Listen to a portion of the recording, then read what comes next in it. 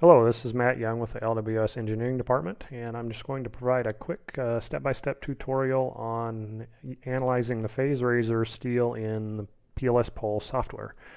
First step is to download the PhaseRaiser component library from the Powerline Systems website, and PLS pole analyzes PhaseRaiser as if it's a cross-arm, so you'll analyze it as a cross-arm library, and you can either import it or save it directly as an independent library, or you can merge it with your existing cross-arm library. Once you've got that downloaded and imported, then there you'll see in the notes section there are a series of design notes, and in particular I just want to call your attention to the table at the bottom of the page there that correlates the lift height to the steel length. That's really important that the lift height and the steel length are always consistent with each other. To determine what steel length an individual size is, you just have to look at the part number. The last three digits of the part number indicate the length. So the standard lengths are 17 feet, 22 feet, 27 feet, and 33 feet.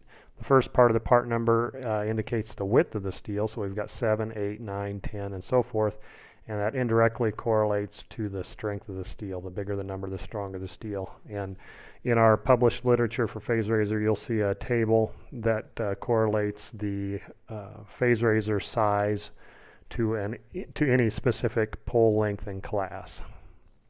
So once you've got the component library downloaded, then the process of analyzing it is really very simple. The folks at Powerline Systems have graciously included what they call a PhaseRaiser Wizard in the Powerline or in the PLS pole software, and this is included free of charge.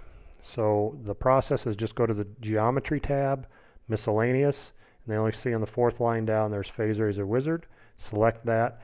Once you get to this entry screen, there are two things that you'll need to enter. First of all, the PhaseRaiser size and the height to raise the pole.